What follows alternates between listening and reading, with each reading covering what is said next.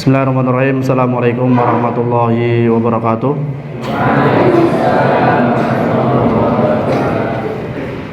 Alhamdulillahirabbil alamin. Wassalatu wassalamu ala asyrafil anbiya'i wal mursalin nabiyina Muhammadin wa ala alihi wa ashabihi ajma'in. Amma ba'du. Puji syukur senantiasa kita panjatkan selalu hadirat ilahi Rabbi yang telah memberikan banyak kita kenikmatan, telah memberikan banyak sekali karunia, sehingga kita semua masih diberi kesempatan oleh Allah Subhanahu wa taala berupa nikmat iman dan Islam yang paling utama dan nikmat kesehatan. Alhamdulillah kita semua dalam kondisi sehat ya. Keluarga antum juga semoga di rumah pada sehat-sehat semua ya. Sudah dapat kabar dari rumah semuanya dalam kondisi sehat. Bapak, ibu, saudara yang lain semoga semuanya sehat ya. Ini terutama ya. Karena kesehatan itu sangat penting sekali. Kalau kita sehat, insya Allah kita bisa menjalankan ibadah dengan maksimal ya. Tapi kalau sakit kadang-kadang ibadahnya kurang maksimal. Yang harusnya sholat dengan berdiri tegak ya, karena mungkin dia sakit, akhirnya kalau berdiri susah, nggak kuat, jadi sholatnya sambil duduk atau sambil berbaring ya. Dan kita doakan semoga yang dalam kondisi sakit pun diberi kesehatan oleh Allah Subhanahu wa taala ya, agar bisa kembali ikut belajar di pondok ya. Tapi ikhwan, kita akan membahas tentang akhlak ahlul Quran ya. Karena antum tidak hanya sekedar menghafal lafaz-lafaznya saja. Nanti kamatsalil himari yahmilu asfaro, seperti keledai yang bawa kitab-kitab tebal ya. Jangan seperti itu.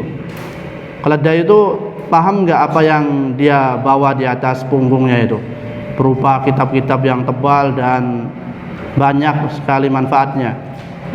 Mereka tidak paham karena tidak punya pikiran. Nah, kita pun jangan seperti itu ya. Kita diberikan oleh Allah Subhanahu wa taala berupa akal untuk berpikir ya, untuk berpikir, untuk memahami, kemudian setelah itu mengamalkan. Nah, setelah kita membaca ayat-ayat Allah Subhanahu wa taala, bahkan senantiasa membaca dan menghafalnya, setelah itu proses selanjutnya adalah kita memikirkan dan memahami. Setelah memahaminya, kita mengamalkannya dalam kehidupan kita sehari-hari ya. Jangan seperti himar tadi, jangan seperti keledai yang membawa kitab segitu banyaknya tapi dia tidak bisa mengambil manfaat dari kitab-kitab tersebut. Nah, orang yang membaca Al-Qur'an pun ya, dia membawa Quran, bahkan mungkin sudah hafal ya, ala dhahril qalbi, dia sudah ngelotok di luar hatinya ya, sudah mungkin kalau dibolak-balik Quran dari belakang, dari depan, dari tengah, bahkan ditanya ayatnya pun bisa. Disebutkan ayat ini, surat ini, dia bisa menyebutkan. Tapi hanya sekedar lafaz saja, tidak mengetahui maknanya. Nah, ini kurang sempurna ya. Maka ada yang lebih penting lagi, ya kita harus memahami apa kandungan yang ada dalam Al-Quran tersebut serta mengamalkannya dalam kehidupan kita sehari-hari ya. Dan terutama berkaitan dengan akhlak ahlul Quran. Al-Quran itu mulia atau tidak? Al-Quran kitab yang mulia atau tidak? Ya. Kitab mulia, maka disebut Al-Quranul Al-Karim, kitab Al-Quran yang mulia atau Al-Quran yang mulia itu. Jadi Al-Quran itu sejatinya mulia. Nah, maka kita sebagai penghafal Quran pun harus berakhlak mulia, karena di dalam diri kita ada Al-Quran gitu. Senantiasa Al-Quran ini memerintahkan kita untuk berbuat baik. Jadi Al-Quran itu bukan hanya di mushaf yang antum baca nantinya. Ketika Al-Quran ini sudah ditransfer ke dalam diri antum, nah ini isinya perintah semua nih. Harus melakukan apa yang memerintah adalah nanti Al-Quran, ya. Ngomongnya seperti apa, nah itu nanti yang memerintah Al-Quran, ya. Melangkahnya kemana, karena sudah ada dalam diri antum. Tapi kalau Al-Quran hanya dihafal saja lafadznya, kemudian itu masih berbentuk mushaf yang sering kita baca, ya kita tidak paham nanti, ya. Tidak paham apa yang diperintahkan dari Al-Quran tersebut. Apa ini maksudnya kan? Ya.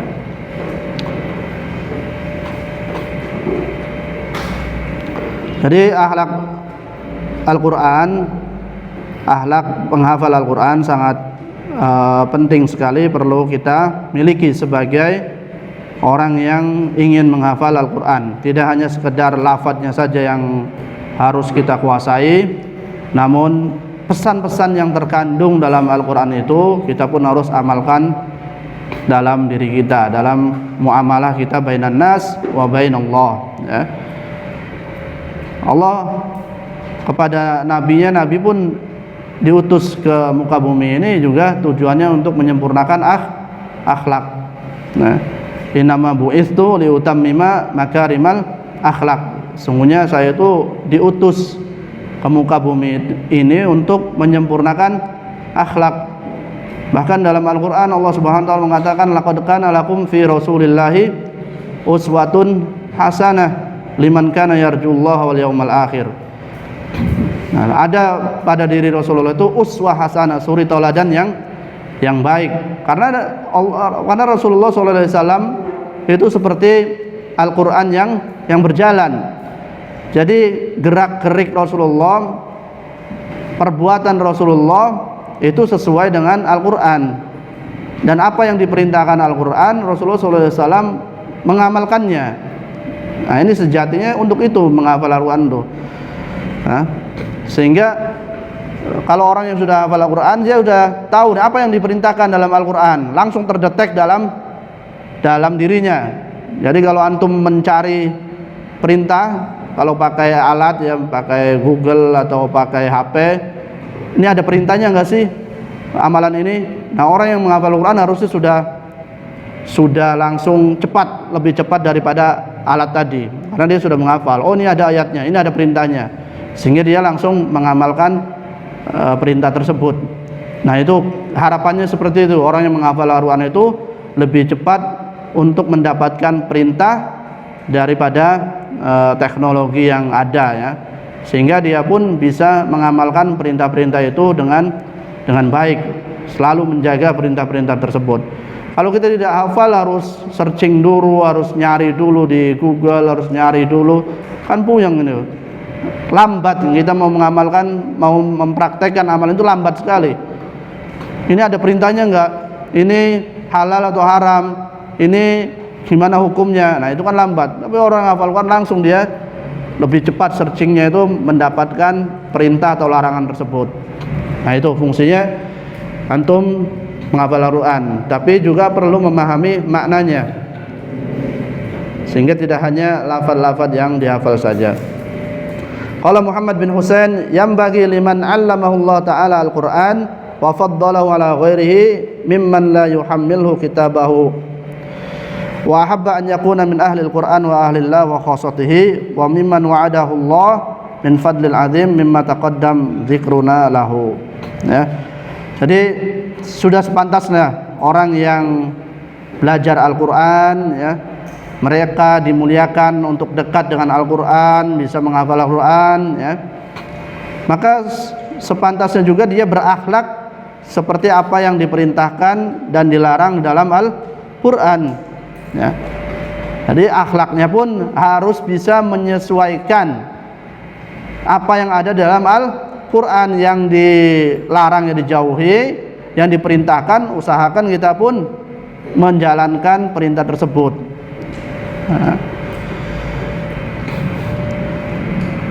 Wa mimman qala Allah ta'ala yatlunahu haqqa tilawatih. Qila fi tafsir ya'maluna bi haqqa amalihim. Jadi maksud yatlunahu haqqa tilawatih, orang-orang dia itu membacanya dengan sebenar-benarnya tilawah. Maksudnya apa sih? Maksudnya yatlunahu haqqa tilawatih itu membacanya dengan sebenar-benarnya bacaan. Apakah menerapkan hukum tajwidnya, kemudian makharijul hurufnya benar, ya, sifat-sifat hurufnya benar, ya. Ya memang itu salah satunya.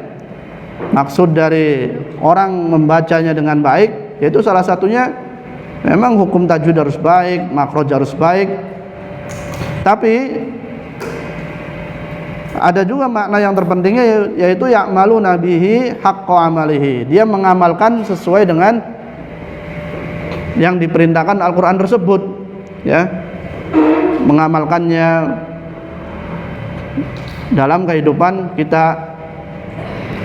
Wa mimman qala Nabi sallallahu alaihi wasallam alladzi yaqra'ul Qur'an wa huwa mahirun bihi ma'al kiram as-safarah walladzi yaqra'uhu wa huwa alaihi syaqun lahu ajron. Nah, ini juga keutamaan bagi orang yang menghafal Al-Qur'an. Orang yang menghafal Qur'an, orang yang membaca Al-Qur'an, wa huwa mahirun bihi, dia mahir, ya, dia pandai dalam segala hal. Pandai hukum tajwidnya, pandai makharijul hurufnya, juga pandai dalam menerapkannya fil muamalah, dalam muamalahnya, ya. Maka dia akan beserta rombongan para malaikat ma'al kiram as-safarah, ya. Dia akan dikumpulkan beserta malaikat yang mulia. Ini keutamaannya. Makanya antum ketika menghafal Al-Qur'an itu harus cari dulu keutamaan menghafal Al-Qur'an apa saja sih, sehingga motivasinya ini lebih besar gitu. Saya kalau menghafal Al-Qur'an dapatnya apa? Jangan lihatnya dunia, ya. Oh, nanti kalau saya hafal Al-Qur'an nanti jadi imam di mana, di negara mana, atau nanti saya bisa ikut lomba MTQ atau apa, kemudian nanti kalau menang dapat piala. Jangan melihat keutamaan yang seperti ini. Ini sih bonus saja kalau kita hafal Quran. Tapi yang utama adalah apa yang Allah dan Rasulnya janjikan. Kalau kita hafal Quran, apa sih yang Allah janjikan, kita dapat apa, Rasulullah janjikan, kita dapat apa. Sehingga kita dalam menghafal Quran pun semangat, ya. Semangatnya bukan karena semangat dunia, ya, tapi karena semangat mengharapkan imbalan dari Allah Subhanahu wa ta'ala. Nah, orang yang mahir tadi akan dikumpulkan oleh Allah Subhanahu wa ta'ala beserta malaikat yang mulia.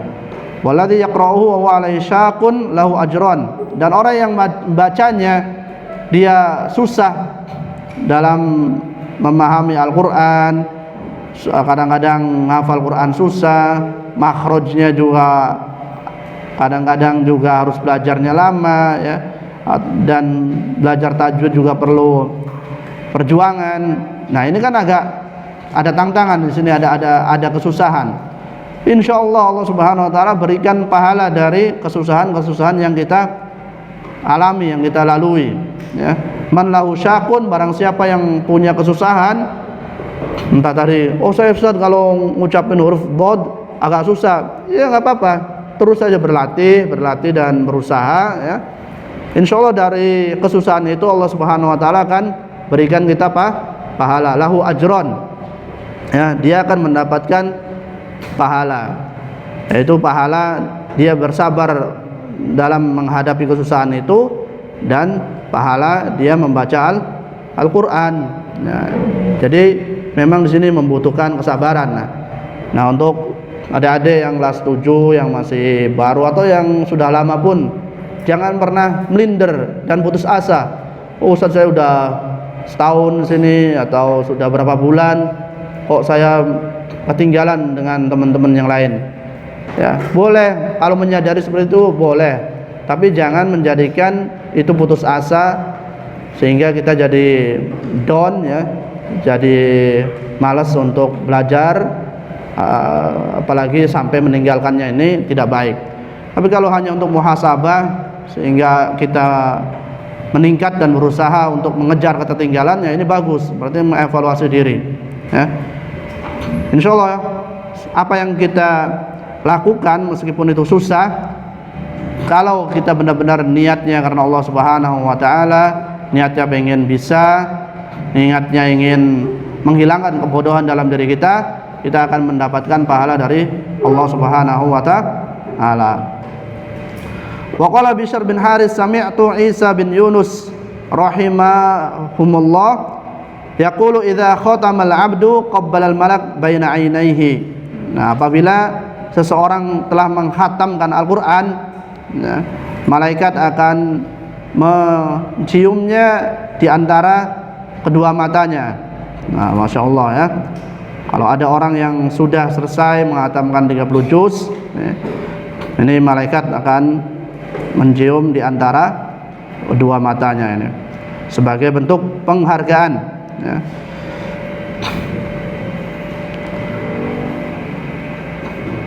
Jadi antum harus mencari fadilah-fadilah yang Allah Subhanahu wa taala berikan kepada mereka-mereka yang menghafal Al-Qur'an. Kalau sudah selesai, apa dapatnya dari Allah Subhanahu wa taala? Fa yanbaghi lahu an yaj'al al-Qur'an rabi'an liqalbihi. Nah, ini sifat yang harus ditanamkan dalam diri kita. Jadikan Al-Qur'an itu rabi'an liqalbihi, penenang atau penyejuk hatinya. Jangan kalau dengar musik baru merasa tenang, merasa tentram, merasa nyaman. Jangan, justru ketika antum kayaknya kalau membaca Quran lebih enak, lebih masalah apapun yang tadinya nggak ada uang buat jajan, kalau membaca Quran lupa, tenang ya. Yang tadinya merasa nggak betah di pesantren, datang ke masjid kemudian baca Quran, akhirnya lupa. Nah, itu rabi'an qalbi. Jadi Al-Quran itu menjadi penyejuk hatinya, penenang hatinya ya.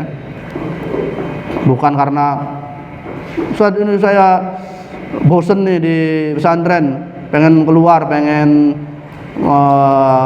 refreshing nanti sudah keluar kemudian sudah biasanya tuh main futsal atau renang ya, setelah kegiatan itunya selesai balik lagi ke asrama bosen lagi, karena kegiatan-kegiatan itu bukan penenang kita, bukan rabi'anil qalbi.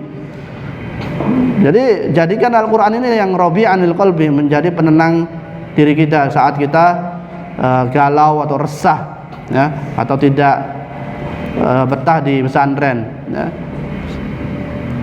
Baca Quran ya. Wa qad qala al-Qurtubi fa mathaluhu la yuqalu min jarirati fa huwa marfu' ay lahu hukmur rafi'. Amma mahabbatul malaika liqari'il Qur'an wa man yahtimul Qur'an fa hadha amrun ja'a fil adillah ma yashhadu lahu wa yadullu alaihi. Nah, adapun kecintaan malaikat bagi mereka yang menghafal Al-Qur'an ya, wa man yahtim Al-Qur'an, dan orang yang menyelesaikan Al-Qur'an, ini tentu ada dalilnya, dan ada dalil juga yang menunjukkan tentang keutamaan tersebut.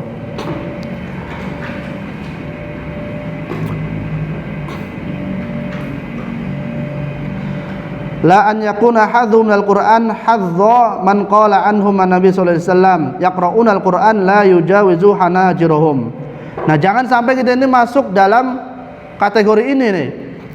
Ada orang yang baca Quran tapi Al-Qur'an itu la yujawizu hanajirahum, enggak sampai ke kerongkongan.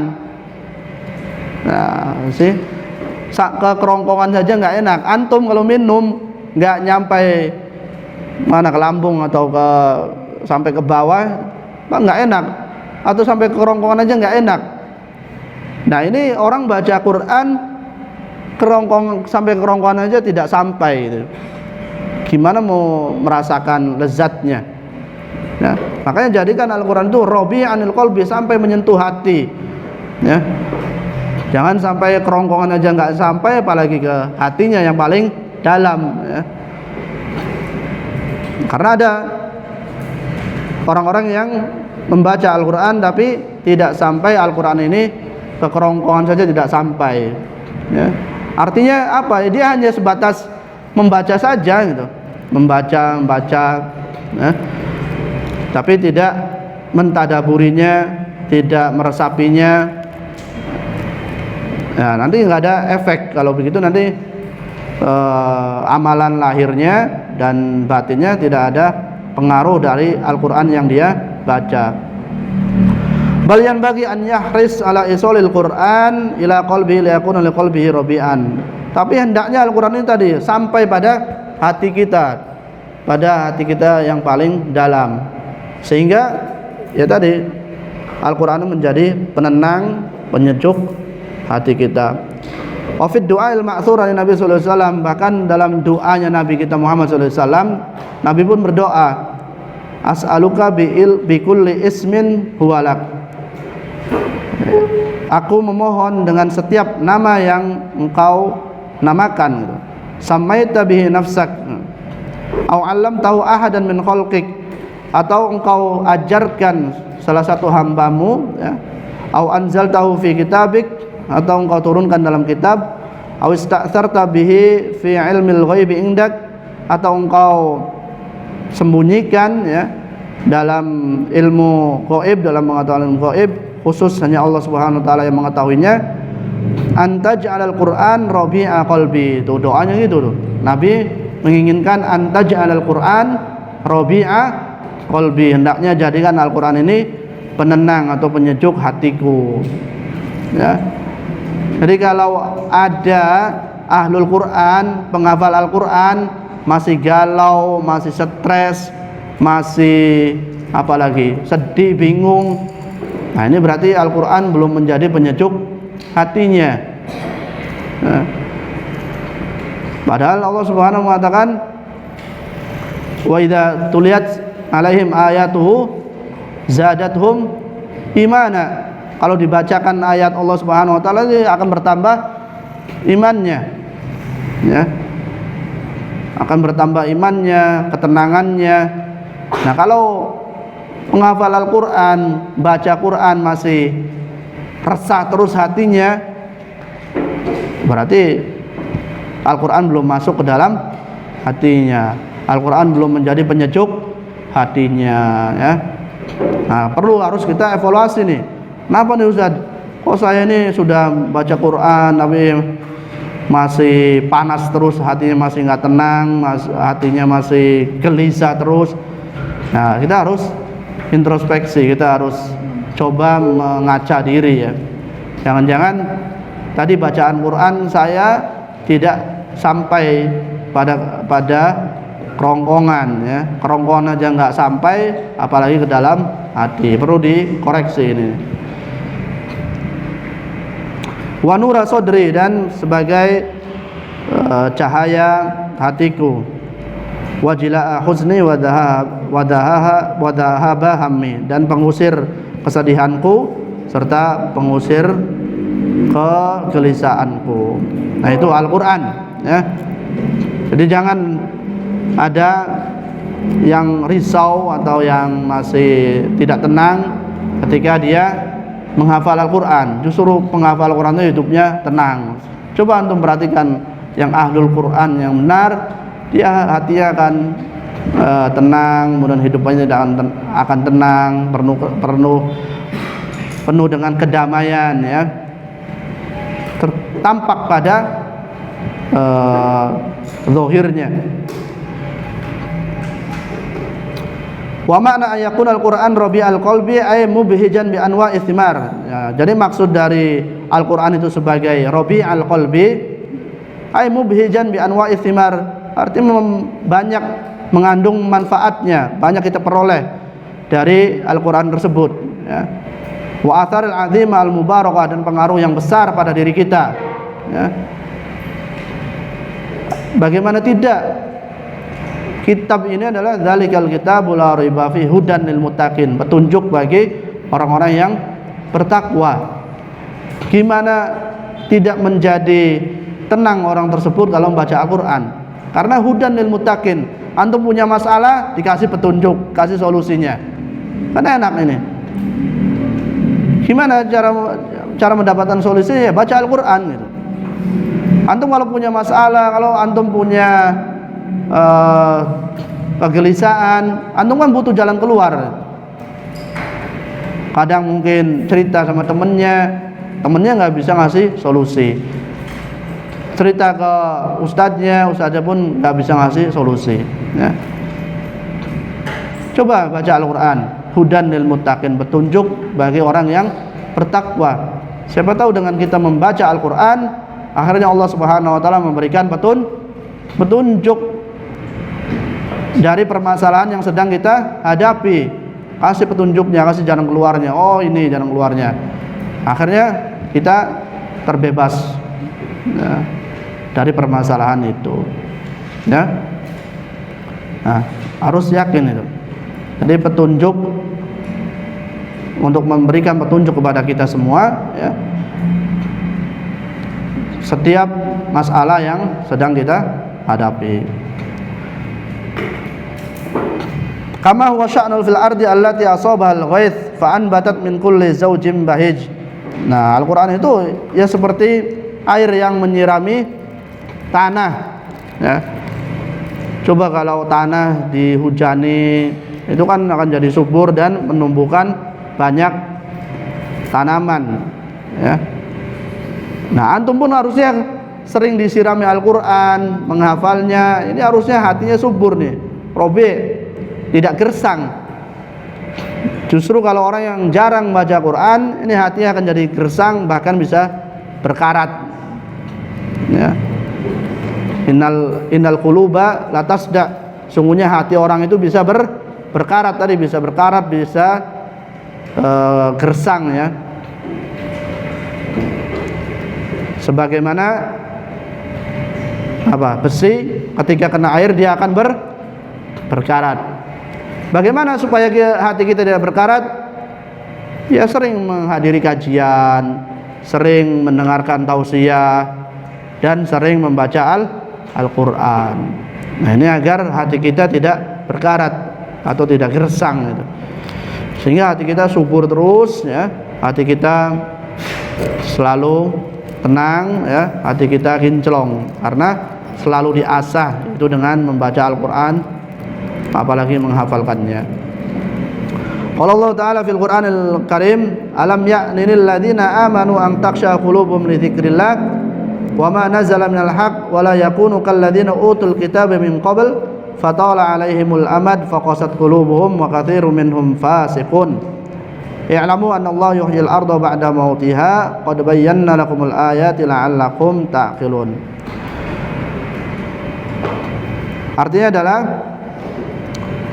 belumkah datang waktunya bagi orang-orang yang beriman, antaksya qulubuhum, hatinya ini tunduk, ya, li dzikrillah, untuk mengingat Allah Subhanahu wa taala, wa ma nazala minal haqq, dan apa yang telah diturunkan dari kebenaran, wala yakunu kalladzina utul kitaba min qabl, dan janganlah mereka itu menjadi orang-orang yang sebelumnya, ya, fatala alaihimul amad, akhirnya seiringnya waktu, ya, faqasat qulubuhum, dan hatinya menjadi keras, hatinya menjadi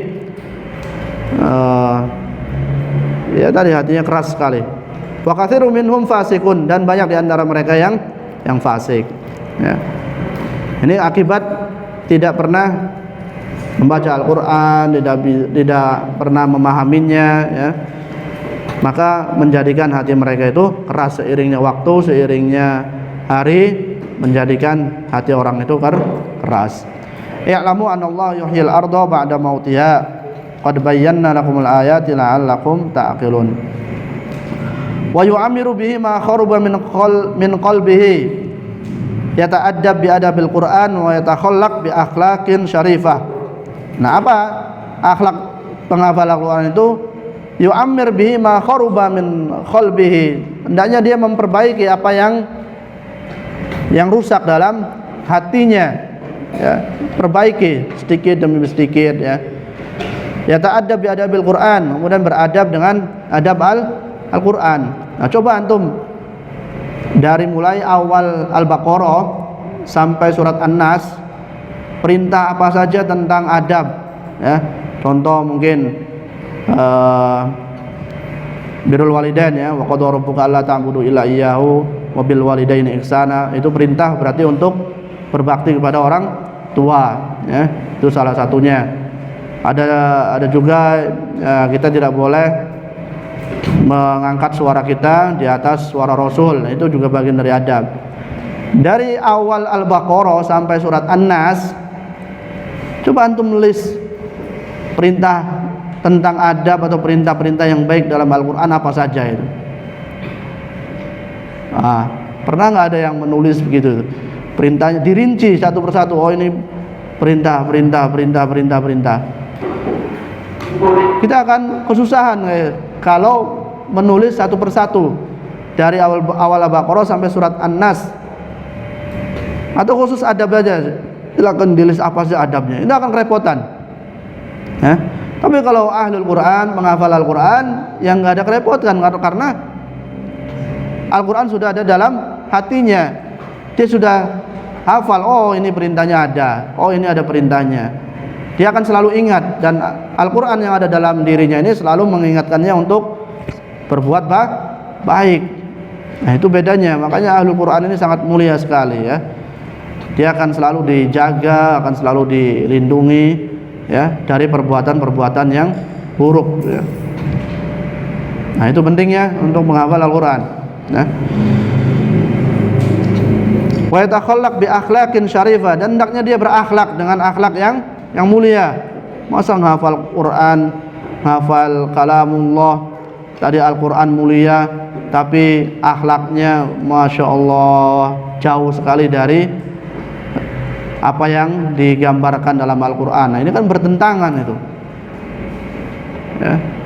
Tidak hanya lafadznya saja tadi yang kita hafalkan, tapi berusaha lafadz yang dihafal itu diterjemahkan berupa perilaku kita ya. Jadi kalau orang nanti akan memandang, oh si fulan siapa contohnya, Abdul Ghani yang sudah selesai ya, Abdul Ghani qad hafizal Quran, qad khatamal Quran, dia sudah selesai Al-Quran. Buktinya gimana? Ya lihat dari akhlaknya, min siroti, dari muamalahnya, dari akhlaknya, gimana dia menerjemahkan lafaz-lafaz Al-Quran itu, atau menerjemahkan Al-Quran yang ada dalam dirinya berupa perbuatan. Nah, itu ahlul Quran yang sebenarnya seperti itu. Bukan Al-Qurannya sudah mulia, tetapi akhlaknya jauh sekali seperti yang digambarkan dalam Al-Quran. Nah, ini kan kontradiksi, bertentangan. Jadi yang ahlul Quran yang sejati tidak hanya sekedar lafadznya saja yang dihafal, tapi berusaha menerapkan dalam muamalahnya.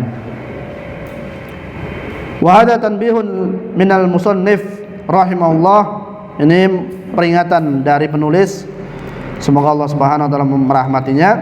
Ila antalil Quran yanbaghi an yahris ala yakuna al-Quran rabi'an liqalbi. Hendaknya setiap pembaca Al-Quran atau penghafal Al-Quran yahris, dia harus bersungguh-sungguh dan berusaha menjadikan Al-Quran ini rabi', menjadi penenang, penyejuk buat dirinya. La an yakuna hadhu minal Quran mujarrad tilawah bil lisan, bukan hanya sebatas membaca Al-Quran itu hanya mujarrad tilawah, hanya sebatas tilawah saja dengan lisan. Bal tadhar atharu tilawah 'alal jawarih wal arkan, tapi hendaknya apa yang dibaca dan dihafal itu tampak pada jawarihnya, pada anggota badannya. Gimana ahlul Quran menjaga matanya, gimana ahlul Quran menjaga ucapannya, gimana penghafal Al-Quran menjaga telinganya, gimana penghafal Al-Quran menjaga tangannya, menjaga kakinya. Nah, ini yang ditekankan, sehingga Al-Quran tadi menjadikan rabi'an lil qalbi. Tidak hanya sekedar mujarradut tilawah bil lisan, tidak hanya sekedar membacanya dengan lisan ya. Jangan seperti himar atau seperti burung beo ya. Burung beo kan mampu mengucapkan lafaz Arab ya, bisa mengucapkan salam ya, tapi tidak mengerti artinya. Al-himar juga, keledai juga dia mampu memikul atau memanggul buku-buku yang bermanfaat ya, tetapi dia tidak tahu isinya. Ya, jangan seperti itu. Wa kharabul qalb yakunu bi ahadi amrain. Rusaknya hati itu bisa terjadi dengan dua sebab ya. Kerusakan hati bisa terjadi dengan dua sebab. Yang pertama tentu dengan syubhat, yang kedua dengan syahwat ya. Syubhat ini akan merusak ilmu wal iman. Nah, jadi kalau ada syubhat-syubhat yang berkaitan dengan agama, dengan hukum-hukum Islam ya, antum harus tinggalkan. Syubhat itu apa? Sesuatu yang masih semu ya. Antum tidak tahu ini benar atau tidak, halal atau haram, udah tinggalkan. Faman ittaqa syubhat faqad istabra'a li dinihi. Barang siapa yang meninggalkan syubhat, dia telah menjaga agamanya.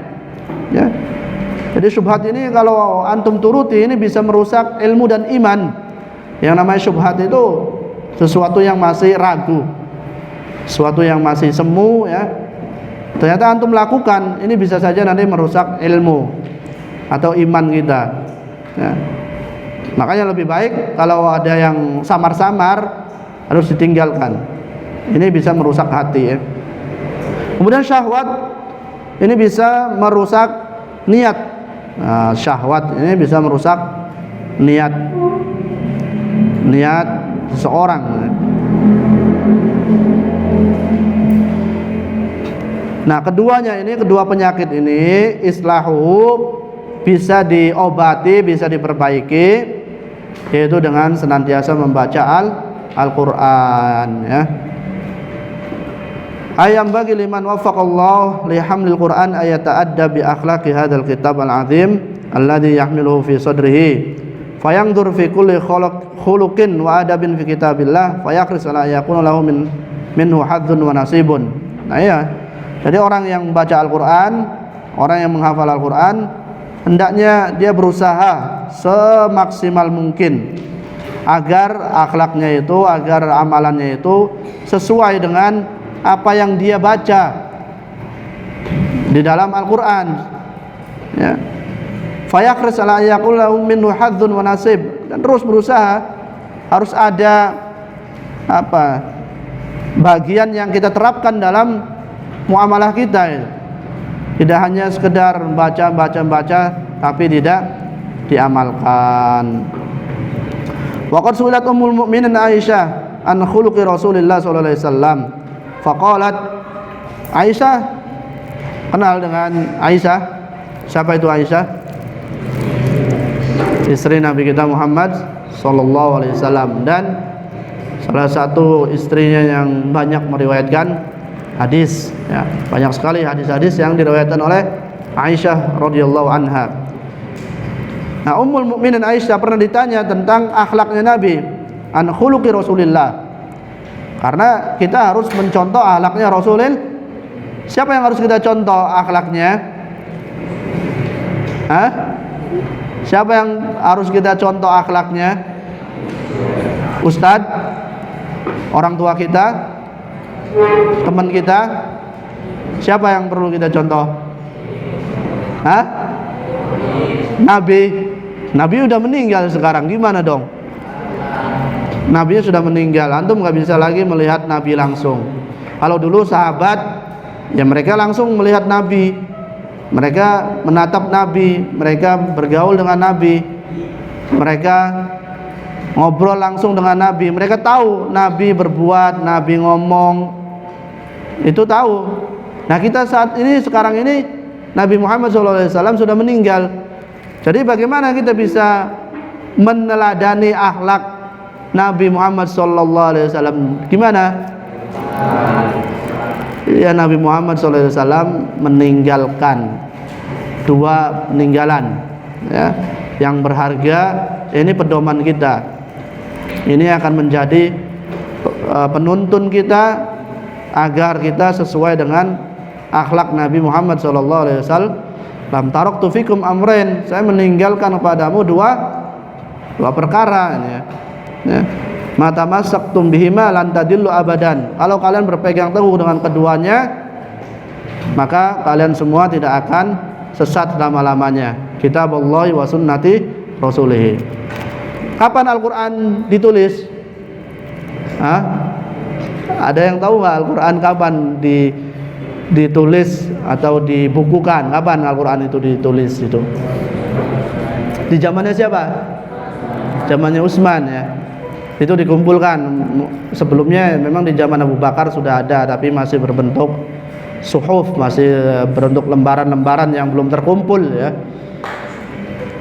Nah, dari penulisan Al-Qur'an semenjak ditulis sampai saat ini pernah mengalami revisi tidak? Pernah mengalami perubahan tidak? Atau pernah ada yang menyalahkan tidak? Wah, ini perkataannya ada yang salah ini. Ada yang perlu dikoreksi ini. Ini nggak benar nih ngomongnya begini nih. Pernah antum menemukan seperti itu?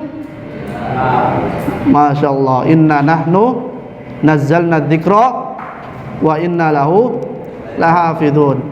Nah, kalau Al-Quran tidak ada salahnya, belum ada yang merevisi dari mulai awal sampai sekarang kita lihat mushafnya, belum ada yang berani menyalahkan dan belum ada yang mengoreksi, berarti Al-Quran ini benar-benar sempurna tidak begini? Hah? Sempurna ya, karena tidak ada kesalahan. Lalu apa yang kita ragukan lagi untuk mempelajarinya? Apa yang menjadikan diri kita malas untuk bersungguh-sungguh mempelajarinya? Ini sudah jelas-jelas tidak ada kesalahan. Bahkan Allah menyatakan di dalam firman-Nya, "Dzalikal kitab la raiba fi." Kitab itu tidak ada keraguan di dalamnya. Artinya tidak ada keraguan, yang punyanya merasa benar, la raiba fi. Ya.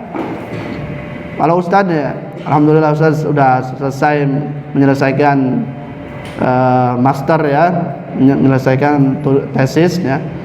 Nah, Ustaz tidak merasa yakin bahwasanya tulisan itu la raiba fi, tidak ada keraguan di dalamnya. Artinya benar semua atau tidak perlu dikoreksi, tidak ada kesalahan. Atau siapapun yang menulis buku, lihat antum baca tuh buku-buku, pasti lihat penulisnya akan menyatakan kalau ada terdapat kesalahan nanti mohon dikoreksi atau ditambahkan, ya kan? Namun Al-Quran ada nggak di pengantarnya? Bahkan di pengantar awalnya sudah mengatakan dzalikal kitabul la raiba fi, kitab itu tidak ada keraguan, artinya benar semua. Nah, kalau Al-Quran sudah ngomong memerintahkan, itu sudah benar, harus kita ikuti, nggak boleh ditawar-tawar lagi. Kalau Al-Quran sudah nyuruh itu ya harus dijalankan, nggak boleh tawar menawar. Ini bukti Allah Subhanahu Wa Taala menjaga Al-Quran. Inna nahnu nazzalna dzikra wa inna lahu lahafidun itu. Namun banyak orang yang meragukannya, ya tidak? Kenapa banyak orang yang meragukannya? Buktinya banyak orang yang masih malas menghafal Al-Quran, baca Al-Quran ya. Bahkan ya mungkin ada sebagian mereka yang Al-Quran ini mengatakan kitab kuno atau ya sudah ketinggalan lah kalau orang yang menghafal Quran. Itu padahal ini salah itu ya. Padahal Imam Malik mengatakan bahwasanya la yasluh akhir hadil ummah illa bima saluha awaluha. Generasi kita itu generasi akhir nih. Generasi akhir ini tidak akan bisa baik, tidak akan bisa maju lagi seperti dulu zamannya para sahabat ya.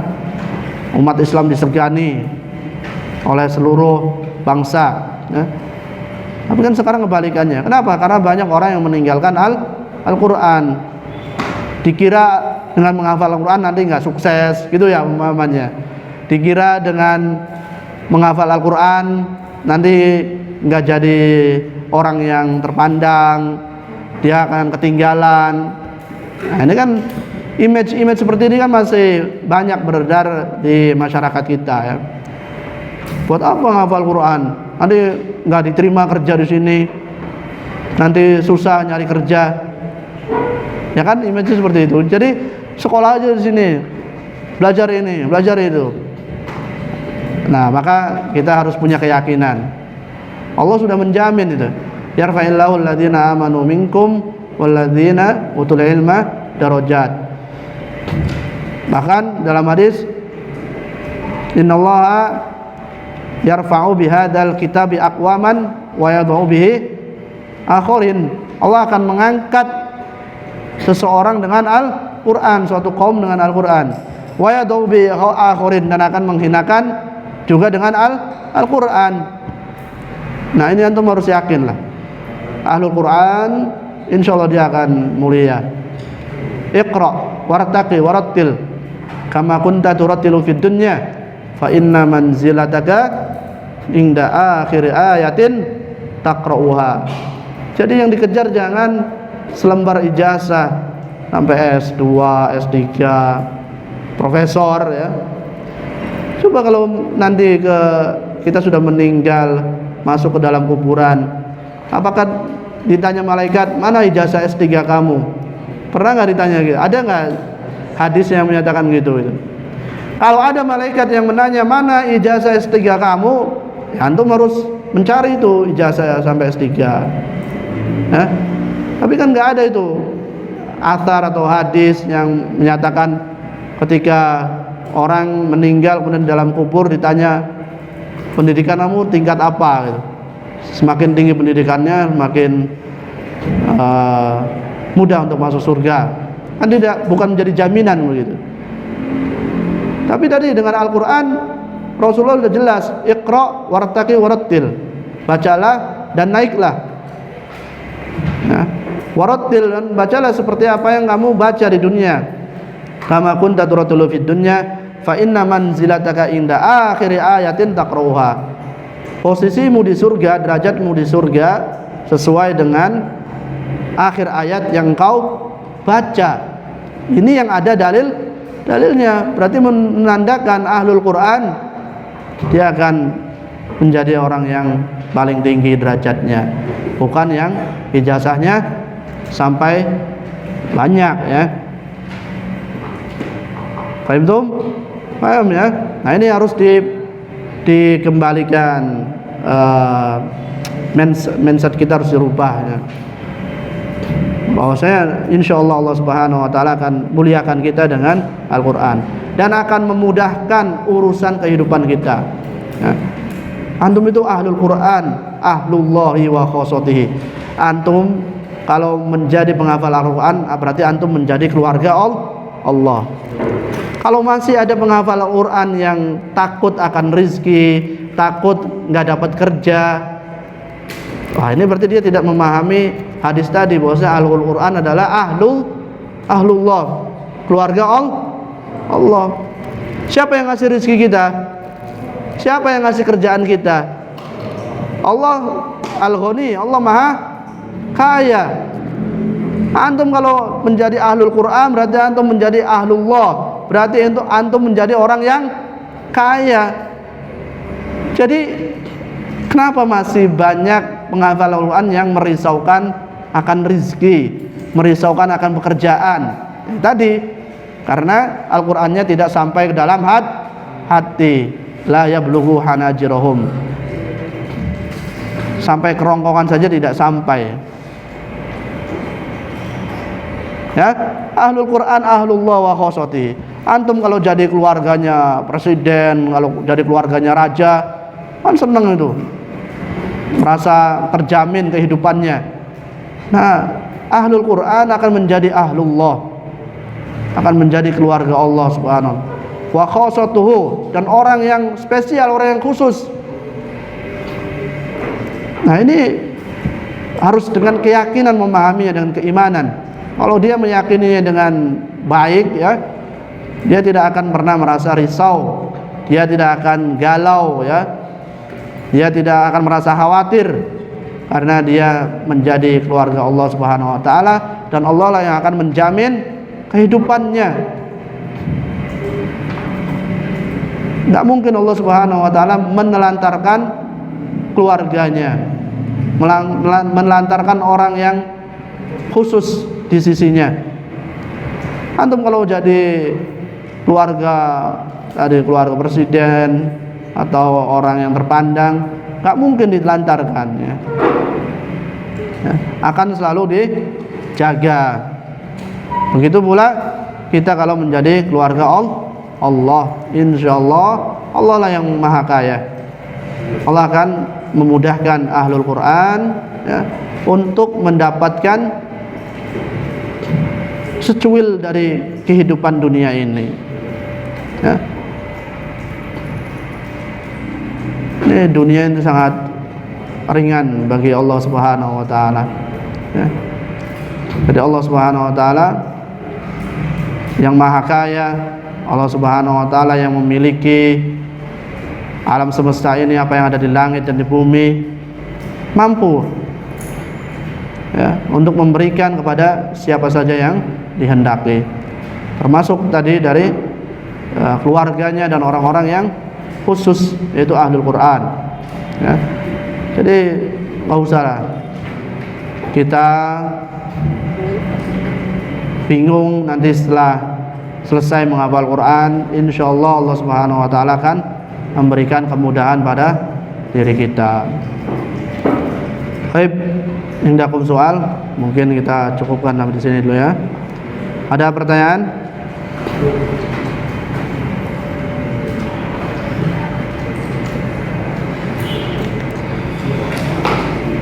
Ya, sebelum tutup ada pertanyaan? Cukup dipahami ya. Tinggal kita berusaha mempraktekkan dalam muamalah kita sehari-hari. Jadikan kita itu seperti kalau ahli bahasa, dia pandai bahasa, baik bahasa Arab atau bahasa Inggris ya. Saking dia pandainya sehingga orang-orang menyebutnya ini kamus berjalan ya. Karena ketika ada temannya yang bertanya, ini bahasa Arabnya apa, bahasa Inggrisnya apa, dia bisa menjawab ya. Akhirnya orang menyematkannya atau menggelarinya sebagai kamus berjalan. Nah, kita pun harus berusaha ketika akhlak kita baik ya, akhlak kita sesuai dengan apa yang ada dalam Al-Quran, sehingga seperti Nabi tadi, karena khuluquhu Al-Quran, bahwasanya akhlaknya Nabi itu seperti Al-Quran. Coba kalau Aisyah menjabarkan satu persatu, nggak tahu tuh tebelnya seperti apa nanti bukunya itu. Akhlaknya Nabi seperti apa sih nanti ditulis, nanti nulisnya juga lama. Tapi dengan jawaban yang singkat namun mengandung arti yang sangat luas sekali. Karena khuluquhu Quran, akhlaknya Nabi ya seperti Al-Quran. Maka kita berusaha, kita pun penghafal Al-Quran harus seperti Al-Quran yang berjalan, Al-Quran berjalan ya. Jadi terlihat, oh ini penghafal Al-Quran tuh begini ya, beda dengan orang yang tidak menghafal Al-Quran gitu tuh. Baik, semoga ini bisa dipahami dan bisa diamalkan dalam kehidupan kita sehari-hari. Aqulu qouli hadza wa astaghfirullaha wa lakum wa lisairil muslimin kullihim wastaghfiruhu innahu wal ghafurur rahim. Kita tutup dengan baca kafatul majlis. Subhanakallahumma wa bihamdika asyhadu an la ilaha illa anta astaghfiruka wa atubu ilaik. Assalamualaikum warahmatullahi wabarakatuh.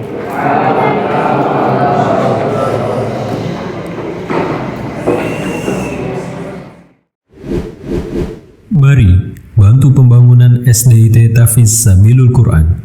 Pahala jariah menanti Anda.